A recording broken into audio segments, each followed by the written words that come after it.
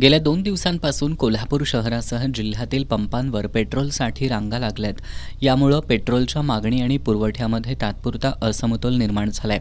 ही परिस्थिती लक्षात घेऊन सार्वजनिक हिताच्या दृष्टीनं आणि इंधनाचा सुरळीत पुरवठा सुनिश्चित करण्यासाठी जिल्हाधिकारी अमोल येडगे यांनी काही निर्बंध लागू केलेत।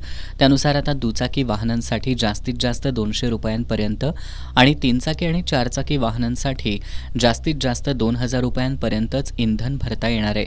कोणत्याही प्रकारचा कॅन, बाटल्या किंवा ड्रममध्ये इंधन देण्यास सक्त मनाई करण्यात आली असून नागरिकांनी अनावश्यक गर्दी टाळून केवळ आवश्यकतेनुसारच इंधन घ्यावे असं आवाहन करण्यात आले।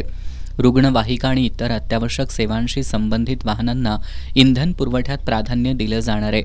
तसेच प्रत्येक पेट्रोल पंपाने आपल्याकडील शिल्लक साठा, प्राप्त झालेला साठा आणि मागणी केलेल्या साठ्याची माहिती दर्शनी भागातील फलकावर प्रदर्शित करणं बंधनकारक राहील।